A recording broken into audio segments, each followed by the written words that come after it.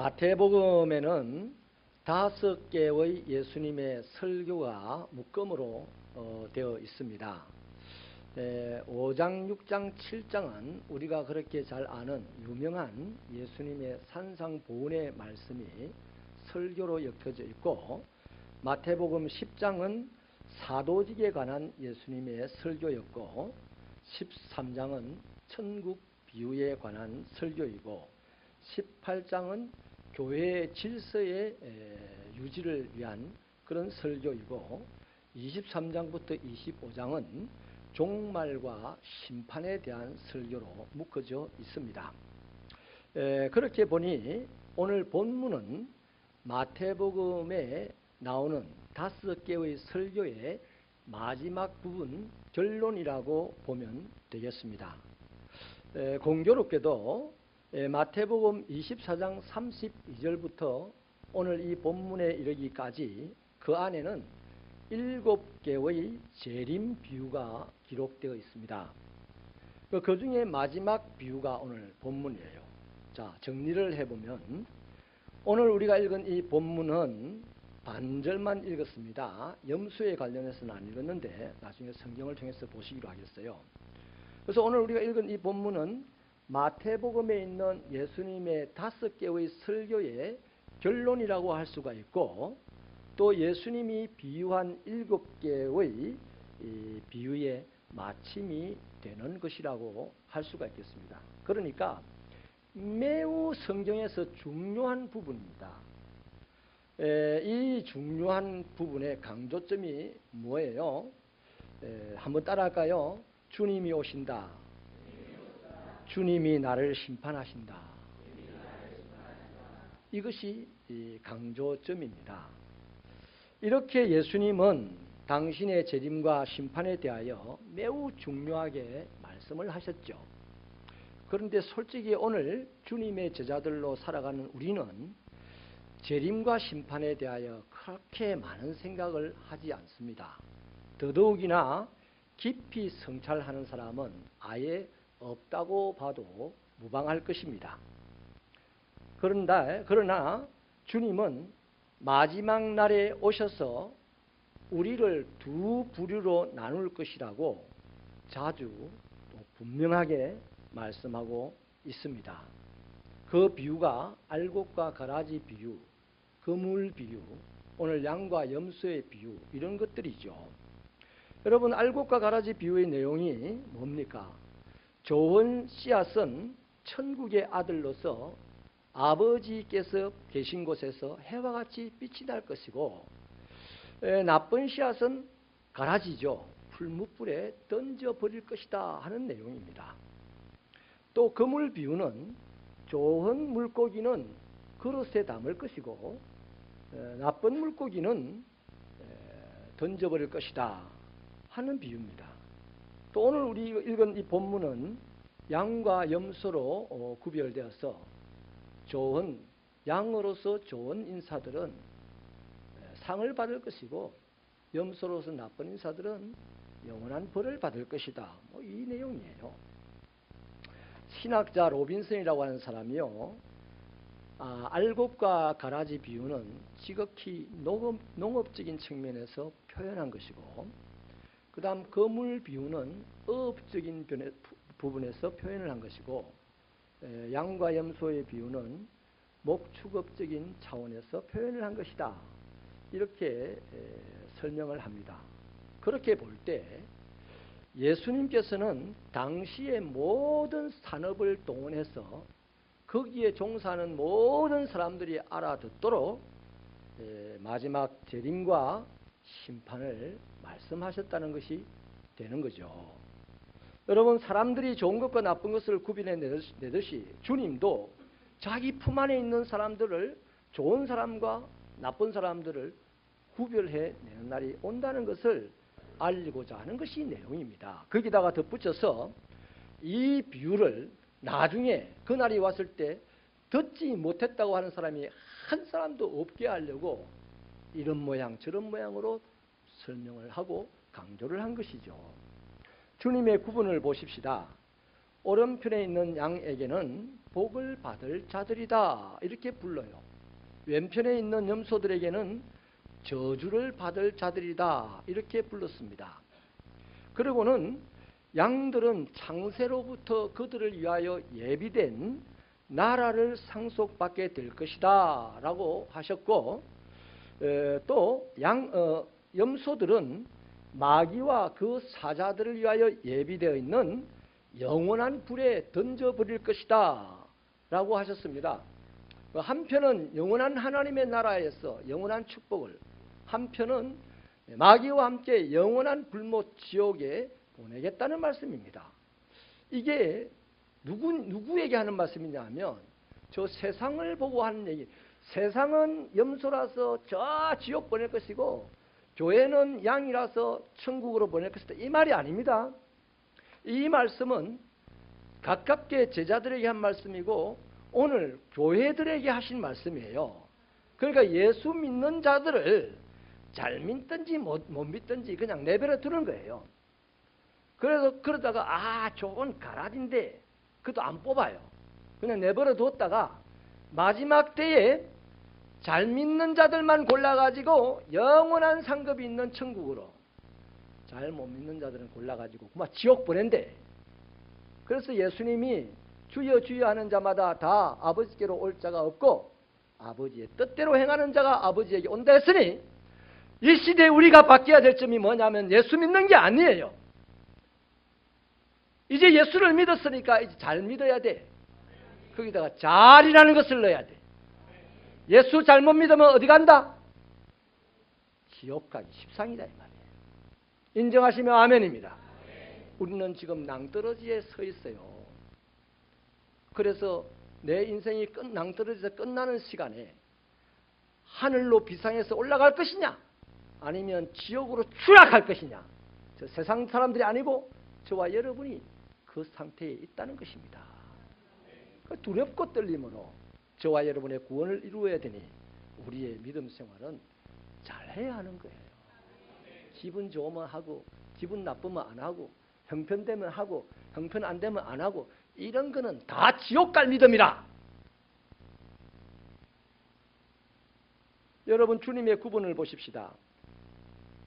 오른편에 있는 양에게는요 복을 받은 자들, 왼편에 있는 양들의 염소들은 저주받은 자들, 그리고 천국과 지옥으로 나누어지는데, 이 영원한 불못 지옥으로 들어간다는 이 말은 오늘 예수 믿는 저와 여러분에게 또 교회들에게 하는 엄정한 말씀이라는 것입니다. 그렇다면 예수님께서 오늘 예수를 믿는다고 하는 자들을 양과 염소로 구분할 때 그 기준이 뭐냐? 우리가 오늘 그 기준을 보면서 좀 당황할 수가 있습니다. 본문은 우리의 구원이, 우리가 하나님께로 가는 것이 믿음이 아니라 선행으로 결정되는 것처럼 보여지고 있습니다. 지극히 작은 자들이 잘한 자들을 양으로 분류를 했으니까 믿는 자들을 양으로 분류한 게 아니고, 그래서 이거 믿음으로 구원받는 게 아니고 선행을 해야 구원을 받는가 하는 느낌이 들도록 기록이 되어 있어요. 그렇다면요, 바울이 로마서 3장 28절에서 말하기를 사람이 의롭다 하심을 얻는 것은 율법의 행위에 있지 않고 믿음으로 되는 줄 우리가 인정한다 이랬는데, 믿음으로 구원을 얻는다고 하는 이 바울의 선언은 도대체 뭐냐? 또 바울과 반대로 야고보서 2장 17절, 2장 26절에서는 행함이 없는 믿음은 죽은 것이다.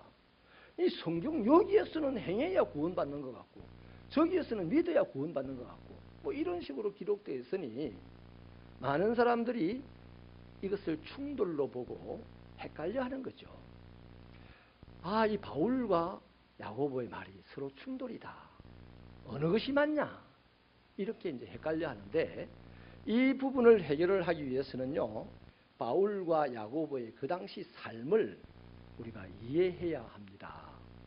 바울은 로마 교회에 가기 위해서 자기를 로마 교회에 소개합니다. 그게 로마스가 쓰여진 동기예요. 그런데 거기에 보면 믿음으로 구원받는다는 주장을 강력하게 하거든요. 그걸 또 복음의 정수라고 우리도 알고 있어요.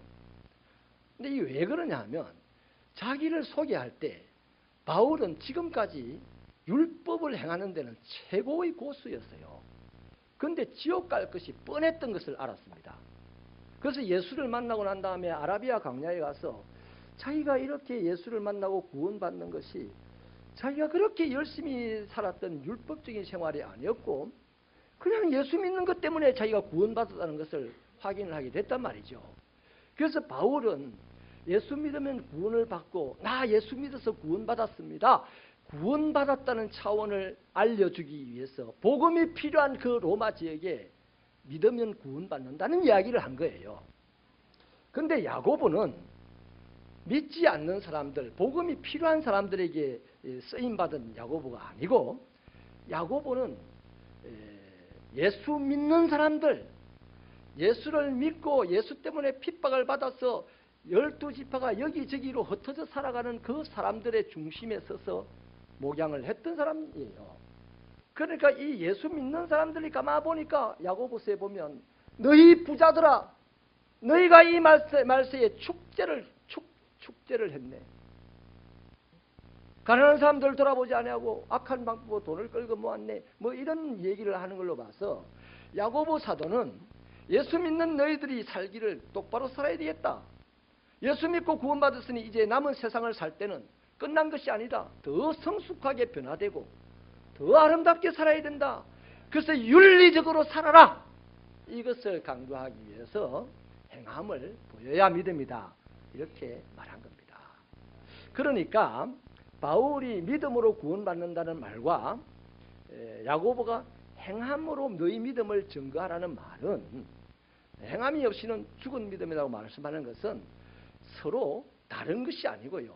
동전의 앞뒷면과 같이 서로를 보완해주는 기능을 하고 있는 거예요. 그렇기 때문에 저와 여러분은 분명하게 알아야 됩니다. 믿음이 있으면서 행함이 따르지 않으면 그가 하나님 앞에 섰을 때 아무런 효력이 없어요. 또 반대로 선행은 열심히 하는데 믿음이 없는 사람, 그 사람 또한 하나님과 아무런 관계가 없는 사람입니다.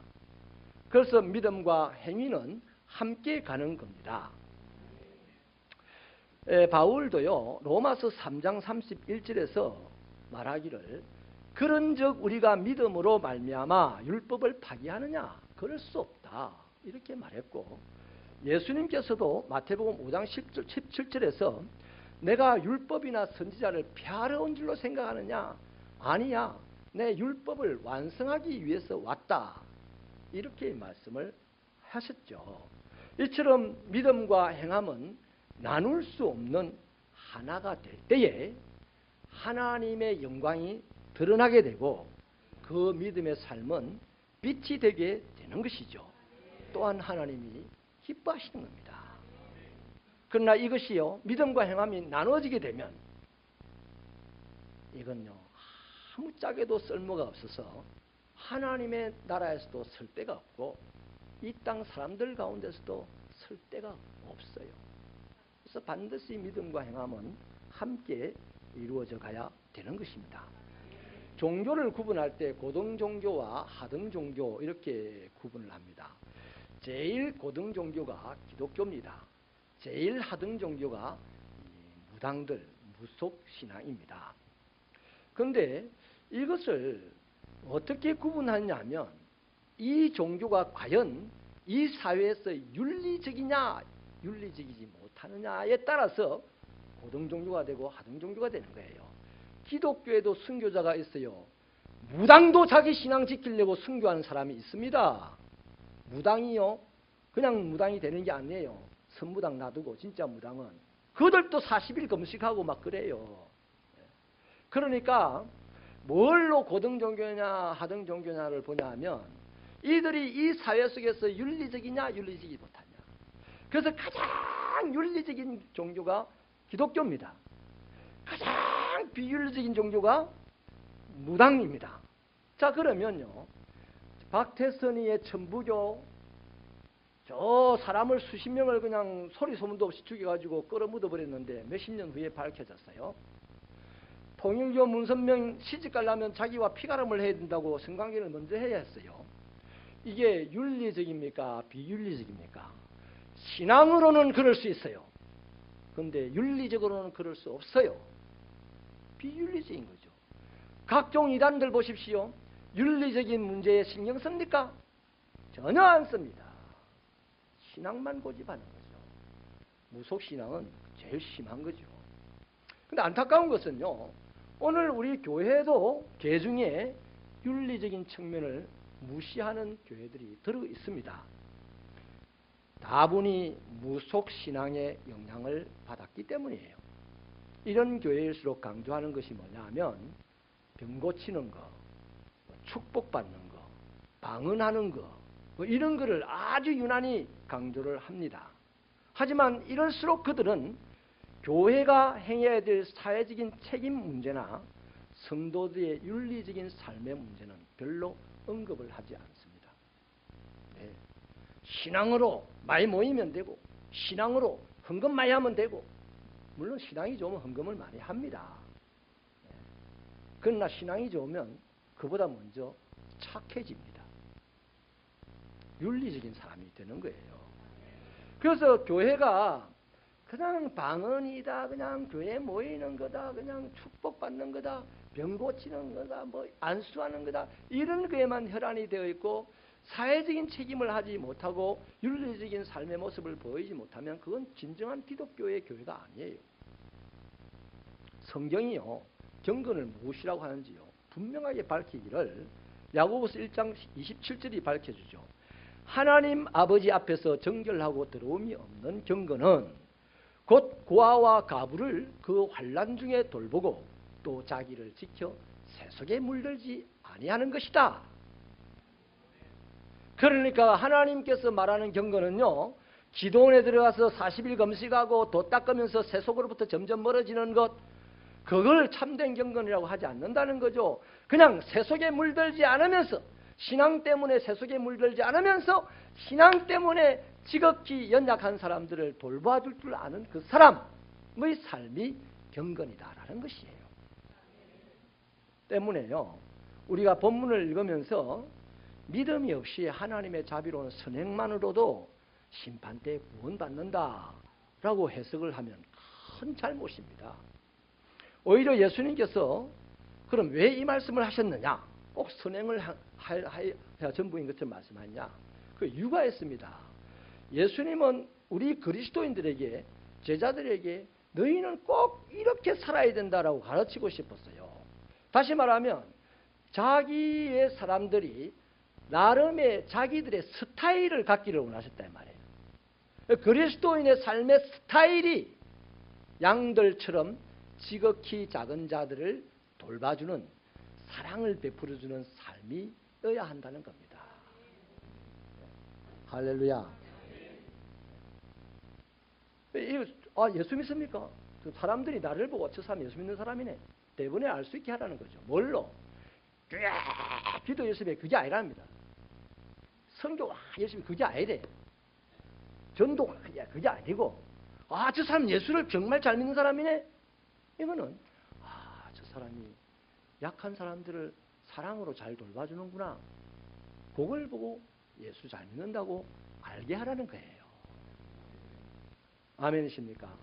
오늘 우리가 지금 한국 개신교가 이 부분에서 거듭나야 됩니다. 좀 더 우리 깊이 들어가 보겠습니다. 그렇다면 만약 주님이 오늘 오신다면, 아니 우리는 종말론적인 신앙을 갖고 있어요. 또한 주님이 지금 이곳에 내 곁에 계신다고 우리는 믿고 있습니다. 그러면 지금 그 주님 앞에서 나는 양입니까? 아니면 염소입니까? 난 내일 양 될 거예요, 이게 아니고 지금 주님이 오셨어. 또 내가 지금 죽는다면 나는 양입니까? 염소입니까? 목사님 재수 없는 소리 하지 마세요. 세상은 염소고 나는 양이죠. 왜? 교회에 있으니까, 예배 드리니까. 그게 아니에요. 냉정하게 지금 나는 양이냐 염소냐, 그걸 나는 분명히 알 수 있어요. 각자가 본인이 알 수가 있다고. 그래서 기독교인으로서 우리의 삶의 스타일이 어떠해야 되는지 세 가지를 간단하게 요약을 해드리려고 합니다. 우리 삶의 스타일이 이래야만 합니다. 그래야 양입니다. 지금도 양이에요. 언제나 양이에요. 언제 주님을 만나도 양이 될 수가 있어요. 첫째는 사랑을 실천하는 생활이어야 합니다. 양으로 분류된 사람들이 무엇 때문에 양으로 분류됐습니까? 예수 믿는 것 때문에 양으로 분류된 게 아니에요. 이미 예수를 믿기 때문에 예수 옆에 와 있는 거예요. 이 사람들이 양으로 분류된 이유는 줄인 자에게 먹을 것을 주었고, 목마른 자에게 마실 것을 주었고, 나그네를 영접했고, 헐벗은 자에게 입을 것을 주었고, 병든 자에게 돌아보았고, 감옥에 갇힌 자를 찾아보았다는 그 이유로 주님은 양이라고 분류를 합니다. 그 40절의 말씀에 의하면 한마디로 이런 거죠. 지극히 작은 자에게 사랑을 실천한 그걸 보고 주님은 양이라고 분류했다 이 말이에요. 요한 사도가 요한일서 3장 17절에서요. 누가 이 세상의 재물을 가지고 형제의 궁핍함을 보고도 도와줄 마음을 닫으면 하나님의 사랑이 어찌 그 속에 있겠느냐, 그렇게 말씀을 했습니다. 다시 말하면 내가 부자라고 생각해. 아니, 내가 가진 것이 있다고 생각해. 그런데 지금 당장 내 앞에 너무 가난해서 오늘 살기가 힘든 사람이 있어요. 그 사람을 향해서 도와줄 마음을 닫아버리면 그 사람이 어찌 하나님의 사람이라 하겠냐, 이 말이에요. 반면에 여러분, 염소로 분류된 사람은 왜 염소로 분류됩니까?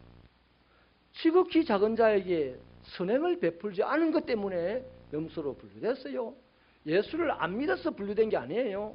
이들도 예수를 믿었어요. 그런데 이들은 무관심한 처사 때문에 심판을 받았다는 겁니다. 약한 자들에 대하여 무관심하게 처신을 했기 때문에 염소로 분류되고 심판을 받는다는 거예요. 마치 한 달란트 받은 자, 하나님께서 종이라고 여겼으니 한 달란트 줬지. 그런데 그 사람은 그 달란트에 무관심했습니다. 땅에 그냥 묻어버렸어요. 이것처럼 오늘도 하나님께서 나에게 보게 하신 약한 자를 보고서도 그를 돕고자 하는 마음을 갖고 있지 않으면 하나님에게 무관심한 사람이라는 거죠. 그래서 그걸 가지고 주님은 염소라고 이렇게 구분을 했습니다. 그런데 놀랍게도 이들이 뭐라고 반문을 합니까? 주여, 우리가 언제 주님을 공양하지 않았어요? 이렇게 반문하죠. 그러니까 이들이 주여 하는 거 보니까 틀림없이 예수 믿는 사람이란 말이에요. 예수를 믿는데 정확하게 보니 어떻습니까? 무늬만 예수 믿는 사람이라. 그래서 교회 안에 진짜 그리스도인이 있고 가짜 그리스도인이 있다고 제가 6년 전에 설교했습니다. 자, 여러분. 그래서 저와 여러분은 어쨌든 예수를 믿음에도 불구하고 마귀와 그 사자들을 위하여 예비한 영원한 불못에 던져질 가능성이 있다 없다? 있어요. 그러니 우리는 오늘 지극히 작은 자를 사랑하는데 열심 내고 살아야 되는 거예요. 나타나면 사랑하죠. 눈을 뜨고 쳐다봐. 옆을 슬쩍만 봐봐. 있어요. 내가 당장 사랑을 베푼 사람이 있다고요. 두 번째는요. 그리스도인의 스타일이 어떤 스타일이냐. 삶의 스타일이. 사랑을 실천하긴 해야죠. 그런데 보상을 바라지 않고 사랑을 실천해야 됩니다. 보상 바라지 않는 것이 바로 그리스도인의 스타일이에요. 양으로 분류된 사람들이 주님에게 축복을 받았을 때 깜짝 놀라잖아요. 그러면서 그럽니다.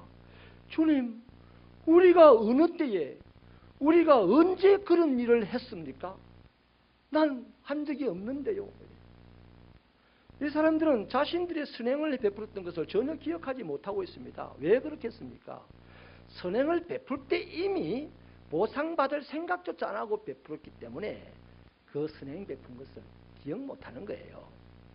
사실 여러분, 우리는 어느 틈엔가 돌아올 보상이나 또 이권이 없으면 아무것도 베풀지 않으려고 하는 그런 시대에 지금 접어들어 살고 있습니다. 내게 돌아올 것이 없다고 생각하면요, 저 사람과 관계 맺는 것도 싫어요. 부담스러워요. 좀 관계 맺자고 하면 탁 털어버립니다. 우리나라 말에요, 제가 듣기 굉장히 기분 나쁘고 안 좋은 말이 있어요. 뭐냐면 남 좋은 일 다 시켰다. 여러분, 어떤 사람이 실수를 한 걸 보고 야, 이 사람아, 니 남 좋은 일 다 시켰어. 남 좋은 일 다 시킬 거라면 실수 많이 해야 됩니다. 많이 해야 돼. 사람이 하는 실수 중에 제일 많은 실수, 제일 큰 실수를 누가 했습니까? 이 땅에 사람으로 오신 예수가 했지 않습니까? 하늘의 영광의 보좌를 버려두고 시궁창 같은 이 땅에 오는 것이 실수 아닙니까? 죄 없는 분이 죄 있는 사람들을 위해서 십자가에 못 박히는 것이 실수 아닙니까?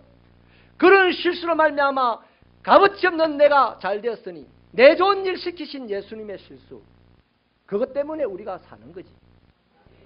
그런데 우리는 아주 못돼 빠져가지고 실수한 사람 보고 남 좋은 일 다 시켰다고 그러는 거죠. 새벽교회는 남 좋은 일 많이 시키는 여러분 되시기를 바랍니다. 세상살이에 좀 허당이 되시길 바랍니다.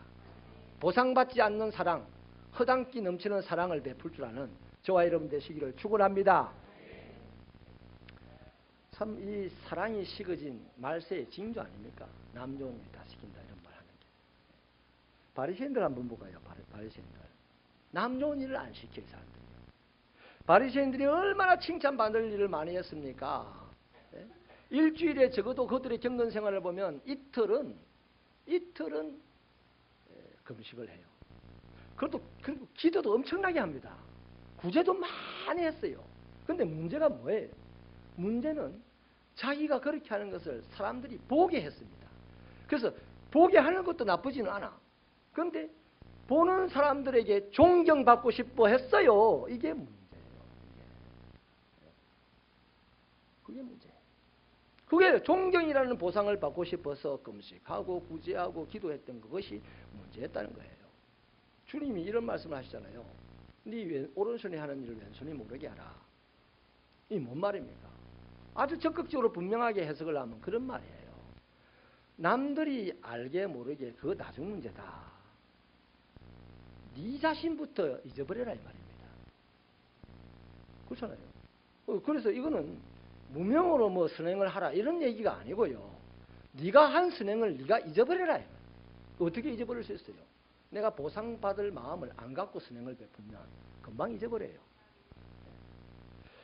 그런 단지 베푸는 것으로 즐거워하는 우리 새벽교회 성도들 되시기를 축원합니다. 세 번째는요, 그리스도인들의 삶의 스타일이 어때야 되냐? 사랑을 실천할 때 차별하지 않아야 돼요. 사람들은 보통 어려운 자, 큰 자, 똑똑한 사람, 권세 있는 사람, 대단히 착한 일을 많이 해서 신문에 난 사람, 인맥이 좋은 사람, 이런 사람들을 섬기는 데는요 굉장히 비상합니다. 발달되어 있어요. 그런데 오늘 이 본문에 나오는 유의 사람들을 섬기는 데는 인색하기 짝이 없죠. 우리 40절 말씀을 한 번 더 읽어볼까요? 40절 시작. 임금이 대답하여 이르시되 내가 진실로 너희에게 이르노니 너희가 여기 내 형제 중에 지극히 작은 자 하나에게 한 것이 곧 내게 한 것이니라 하시고, 수고스럽지만 45절을 같이 읽겠습니다. 시작. 이에 임금이 대답하여 이르시되 내가 진실로 너희에게 이르노니 이 작은 자 하나에게 하지 아니한 것이 곧 내게 하지 아니한 것이니라 하시니라. 여러분, 작은 자들이 어떤 사람입니까? 본문에 나오는 작은 자들은요, 줄인 자, 목마른 자, 떠돌이, 또 병든 자, 헐벗은 자, 감옥에 갇힌 사람, 이런 사람들이 작은 자입니다. 그러니까 여러분, 우리 주변에 지극히 작은 자가 누군지 쳐다보면 있어요. 그들이 사랑해야 될 대상이고 우리가 섬겨야 할 예수가 그 안에 함께 있는 사람들입니다. 우리를 찾아오신 예수의 또 다른 모습이 바로 그들이라는 것이죠. 그래서 이 말씀이 가르치는 것은 사랑을 실천을 할 때 사람 간봐가면서 사랑하지 말아야 말이에요. 사람 골라가면서 사랑하지 말아요. 사랑을 하거든 간도 보지 말고 고르지도 말고 차별 없이 내게 보상이 돌아올 만한 사람 사랑하고 내가 피곤해질 것 같은 사람 안 사랑하고 이런 거 하지 말고 무조건 사랑해라는 것이죠. 그게 그리스도인의 삶의 스타일이라는 것입니다. 여러분 우리나라 말에 사랑한다는 말은 하나뿐이잖아요. 근데 성경에 쓰여졌던 헬라어는 사랑한다는 말이 네 가지입니다. 우리가 잘 아는 에로스가 있고 아가페가 있죠. 그리고 필레오가 있고 스톨기가 있습니다. 성경 공부를 좀 한 사람들이 아는데 그거 알아서 뭐 하겠나마는 우리가 뭐 철학 시험 치러 갈 것도 아니고. 근데 이거예요. 우리가 아는 에로스를 대체로 우리는 이성간의 성적인 사랑으로 이해를 하고 있습니다. 근데 사실은 원래 뜻은 그게 아니고요. 철학자가 학문을 사랑한다든지 예술가가 음악이나 미술을 사랑한다든지 아니면 스포츠맨이 운동을 사랑한다든지 또 아니면 국가를 사랑하여서 지금 저격수가 되어서 원수의 이마에 총탄을 날리는 그 행위라든지 이런 것이 다 에로스예요. 에로스. 아가페는 그야말로 숭고한 사랑이죠. 그러면 이 에로스와 아가페라는 이 사랑의 차이가 뭐냐? 이 차이는요 간단합니다. 에로스는 사랑스러운 것을 사랑하면 에로스예요. 아가페는 사랑스럽지 않은 것을 사랑하면 아가페예요. 이 차이가 작습니까? 그래서 하나님은 사랑스럽지 않는 나를 사랑하셨으니 아가페라 하는 거예요. 그래서 우리 하나님은요 사랑이라고 말할 때 에로스든 뭐 친구 간의 우정의 사랑을 이야기하는 필레오든 뭐 부모가 자식을 사랑하는 그 스톨게든 이런 거 다 굳이 소용없는 겁니다. 그거 다 덮어두고 아가페 사랑을 하라고 우리에게 요청하는 겁니다. 아이고 하나님 그 아가페 사랑은 하나님만이 하는 거죠. 아니에요. 당신이 하는 것을 보여주고 우리도 그렇게 아가페 사랑을 하라고 하는데 부모와 자식 간에 친구 간에 부부 간에 이웃 간에 직장 동료 간에 아가페 사랑으로 접근을 하면요 그들의 인생은 완벽해집니다. 그들의 인생은 너무나 아름답고 살기 좋은 인생이 되는 거예요. 아멘입니까? 그래서 우리를 위하여 아가페적인 사랑을 하라고 요구하는 것이에요. 그렇다면요 이제 질문을 하나 드릴게요. 지금 저와 여러분 우리가 이제 양의 자리에 서야 양으로 분류돼야 된다는 까지는 분명하게 알았습니다. 그래서 사랑을 실천하는 스타일이어야 되고 보상받지 않고 사랑 실천하는 스타일이어야 되고 사람 구별하지 않고 차별하지 않는 사랑을 실천해야 된다. 여기까지 하면 언제나 어디서나 누구 앞에서든지 언제 주님을 만나도 그는 양으로 구분된다는 데까지 왔어요. 그럼 우리 양으로 구분돼야 되죠. 자, 그렇다면 저와 여러분이 양의 그 자리에 서는 그것이 쉬운 일입니까? 어려운 일입니까? 어렵습니까? 참 힘들게 예수를 믿으시네. 너무 쉽습니다. 어렵게 이해하는 이유는 내가 알겠어요. 저도 이해를 합니다. 자, 보세요. 사랑 실천한다. 보상 안 받고 한다. 차별 안 받고 산. 제가 우리 사람한테요. 이런 사랑에 대해서 대부분 우리 사람은 사랑에는 돈이 들어가야 돼. 그렇죠. 사랑에 돈이 안 들어가면 됩니까? 사랑에 물질이 안 들어가면 됩니까? 사랑에 내 육체가 안 들어가면 됩니까? 사랑에 내 시간이 안 들어가면 됩니까? 안 들어가면 사랑이 아니야. 근데 여러분 몇백만 원, 몇천만 원, 몇억 원을 희사해가지고 장학재단을 설립하는 소식을 우리가 가끔 들으면 우리는 나는 뭔가 그들이 부럽기도 하고 내 자신이 부끄럽기도 하고 뭐 그럴 때가 있어요. 그런데요. 그렇게 해야지만 양의 자리에 선다고 주님이 말씀을 안 하셨어요.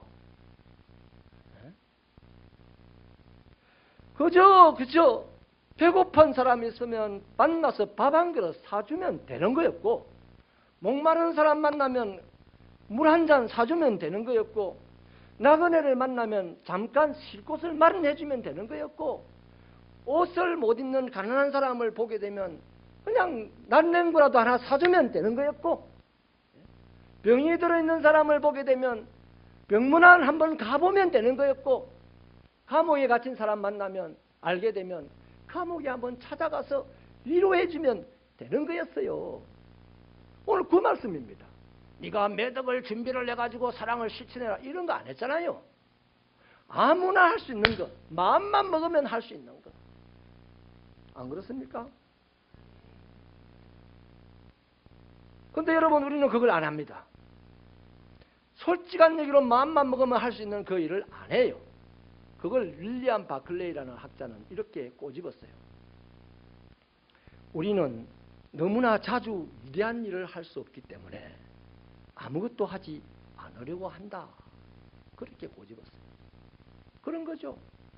오늘 우리에게 주님이요, 얘들아 일로 와봐라, 내가 물을 가를게, 아니면 빛이 생기게 할게, 죽은 자를 살아나게 할게, 이러면 우리 모두 거기 몰려가 가지고 거기에 참여할 거야. 근데 오늘 주님은 그러잖아요. 주님이 계신 곳에서 가난한 자, 병든 자, 목마른 자, 죄짓고 감옥에 갇힌 자, 거기 가서 한 푼 주고 위로해주라. 아이고, 그 하찮은 일은 저 집에 똥개 보고 하라 하세요. 그 주님의 말씀을, 빛이 있으라는 이 위대한 말씀 곁에는 참여하고 싶은데, 네 오른밤 치면 왼밤 돌려대라. 그 자리는 가기 싫어. 가봐야 토시도 안 나. 근데 주님은요, 그걸 보는 거야. 아, 저게 양이구나. 아, 저게 염소구나. 내가 지금 당장에는 어찌하지 못하겠지만은 마지막 내가 만날 그 달에는 저게 양으로 변해 있어야 되는데, 지금 주님이 그렇게 우리를 보시는 줄로 믿으시면 두 손 들고 아멘입니다. 진짜 이거 중요하게 받아들여야 되는 거예요. 그래서 우리는 주님의 말씀이 대수롭지 않게 내게 느껴질 때는요, 지독하게 무시해본다. 주님의 말씀. 그리고 외면하면서 세월을 보낸 것이 20년이고 30년이고 내일 모레 죽을 때가 되고 이래 가는 거예요. 우리가. 그래서 우리는 후회스러운 거예요. 세월이 갈수록 후회스러운 거예요. 세월이 갈수록 나의 갈 길을 다 달리고 선한 싸움을 싸우고 믿음을 지켰으니 이제 하나님 만나서 내가 떳떳하게 영광 돌릴 것을 생각하면 빨리 가야 되겠다. 이런 사람 별로 없는 거예요. 우리 새벽교회 여러분, 작은 일, 대수롭지 않게 보이는 그 하찮은 일, 거기에 사랑을 실천하십시다. 오늘 사실요, 이 말씀은 정말 쉬운 말씀이잖아요. 근데 그리스도인들이 실패해요. 왜? 이걸 그냥 대수롭지 않게 생각하니까, 하찮은 일을 생각합니다. 주님은 너무 중요해서 5편의 설교의 결론으로 찍어줬고 7개의 비유의 마지막 방점으로 찍어준 이 말씀을 우리는 그냥 하찮게, 여러분, 우리 가운데 목마른 사람에게 물 한 잔 사줄 돈 없는 사람이 어디 있으며, 헐벗은 사람에게 난방 하나 사줄 돈이 없는 사람이 어디 있으며, 병든 사람에게 과일 한 바구니 사줄 돈이 없는 사람이 어디 있어요? 다 있어. 근데 마음이 없는 사람이 많은 거야. 오늘 기독교인들이 다 가졌어요. 근데 마음이 없어. 새벽교회 성도 여러분, 주님이 바라보는 그곳에 내 눈길을 줄 수 있고 내가 갈 수 있는 자가 되시기를 바랍니다. 주님이 생각하는 그곳에 내 마음을 쏟아부을 수 있는 여러분 되시기를 축원합니다. 그러니까 주님은요, 특별한 사람, 가진 사람만이 할 수 있는 기준을 만들어 놓은 게 아니고 아무나도 다 마음만 있으면 할 수 있도록 기준을 그렇게 쉽게 만들었어요. 그래서 양이 되는 것은 쉬워요. 양의 자리에 서는 것은 너무 쉬워요. 마음만 먹으면 얼마든지 설 수 있어요. 문제는 오늘도 내일도 언제든지 주님 앞에서 마음을 먹고 살아갈 수 있기를 축원합니다. 주님은 마가복음 9장 41절에서도 누구든지 너희가 그리스도에게 속한 자라 하여 물 한 그릇이라도 주면 내가 진실로 너희에게 이르노니 그가 결코 상을 잃지 않을 것이다. 돈이 많아가지고요 500억을 혼자서 희사해가지고 멋진 성전을 지었어요. 돈이 없어가지고요 그냥 불쌍한 사람 옷 사입으라고 난냉구 하나 사준 사람이 있어요. 하나님은 똑같이 봅니다. 또 500억이 있는데 헌금을 또 1,000원밖에 안 할라. 똑같아요. 그러니까 가진 자 보고 하지 말라는 말이 아니고 가지지 못했다고 생각하는 우리들의 생각을 뜯어 고치자는 겁니다. 우리 다 가졌어요. 다 가졌어요. 다 가졌습니다. 그래서 이제 말씀을 마치겠는데 얼마 전에 프란치스코 교황이 80세 생일을 맞았어요. 근데 그 우연히 이제 뉴스를 딱 보게 됐는데 저 솔직한 얘기로 천주교 지옥 간다고 생각하는 사람이거든요. 근데 이 교황이 얼마나 훌륭한지요. 80세 생일이면 80잔치입니다.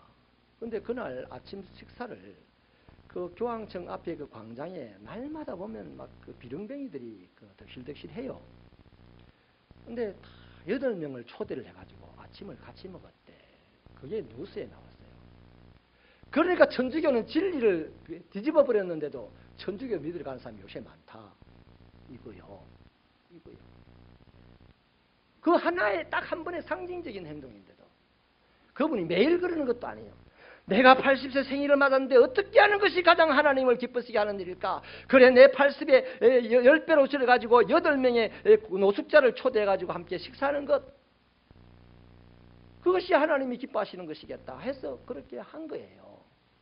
존경스럽지 않습니까? 우리는 보통 그럽니다. 빚을 수백만 원 내서라도 막 할 수만 있으면 시장도 불러가지고 잔치를 하고 싶고, 우리 새벽에 추수감사절 때, 성탄절 때 이런 약자들을 생각하면서 많은 것으로 하나님께 영광 돌릴 수 있는 축복된 교회 되기를 축원합니다. 몇 달 전이니까 또 그때 가면 또 잊어먹을라.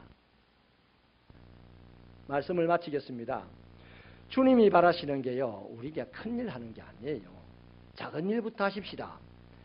돌아보십시다. 주변에 내 생활만 어렵다고 하지 말고 주변을 살펴보면 누가 나보다 더 어려워서 나를 쳐다보는지 보입니다. 그럴 때 마음을 닫지 마시고 그때 일하십시다. 그때 사랑을 실천하십시다. 그럴 때마다 보상받을 생각하지 말고 사랑하십시다. 아, 저 사람 엊그제 나를 기분 나쁘게 한 사람이야 라고 차별하지 말고 사랑하십시다. 그러면 그 사람은 하나님께 언제나 영광을 돌리는 사람이에요. 이것이 오늘 이 시대를 살아가는 그리스도인의 삶의 스타일이어야 합니다. 그래야만 많은 사람이 우리들어 하나님께 나가겠다고 달려오는 것이죠. 기도하시겠습니다.